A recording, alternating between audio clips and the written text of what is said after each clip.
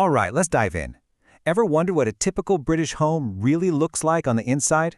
Well, today, we're taking a special virtual tour. We're not just going to peek behind the front door. We're also going to pick up some new vocabulary along the way. So let's get started. It's a great question, right? You see them in movies, but what are the different kinds of houses? What do you call everything? Well, you're in luck because we are about to get a personal tour. So our guide is a young guy named William, and he's actually made this cool virtual tour of his home just for us. He says to click on a picture to explore. So let's do what he says and begin. Okay, before we actually step through that front door, William wants to show us what's what. It looks like he's giving us a little guide to the different kinds of houses you'd find on a typical British street.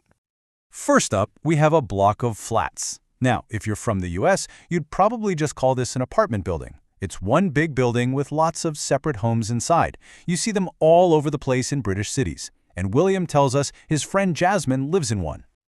Next, we have the terraced house. Oh, these are so iconic in Britain. It's basically a house that's part of a long row, all connected on both sides. And, fun fact, it seems William's aunt lives here. And finally, the detached house. Just like the name suggests, it stands all by itself. And this one, yep, this is William's house. So this is the one we're about to go inside. All right, it's time. Let's head on inside. We're going to follow William and start our tour downstairs on what's usually called the ground floor in Britain. And our very first stop is this sitting room. You might call it the living room. This is usually the heart of the home, where the family just chills out, watches TV, and hangs out together. So, what do we have in here? William points out all the essentials. The TV and stereo, a computer, his mom's books. There's a sofa, of course, and I love this personal little touch he adds. And there's Dad in his favorite chair. See, it's those little things that really make a house feel like a home. Okay, next up we're heading into the dining room. This one's pretty self-explanatory. It's where the family sits down together for their meals. William keeps it super simple here.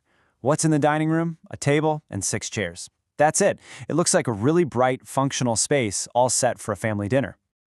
Okay, we've seen the main living spaces downstairs. Now it's time to head on up and check out the more private areas, the bedrooms and the bathroom. So William throws out this question, almost like a little quiz for us. What is there in a bathroom? It's a clever way to get us thinking about the right words. So what do you think the answer is? And here we go. Here's our answer. The absolute essentials of a British bathroom. A wash basin, which is really just another word for a sink, the toilet, and, of course, a bath. While some homes have a separate shower, the classic bath is still super common. And now for the room I've been waiting for, William's own bedroom.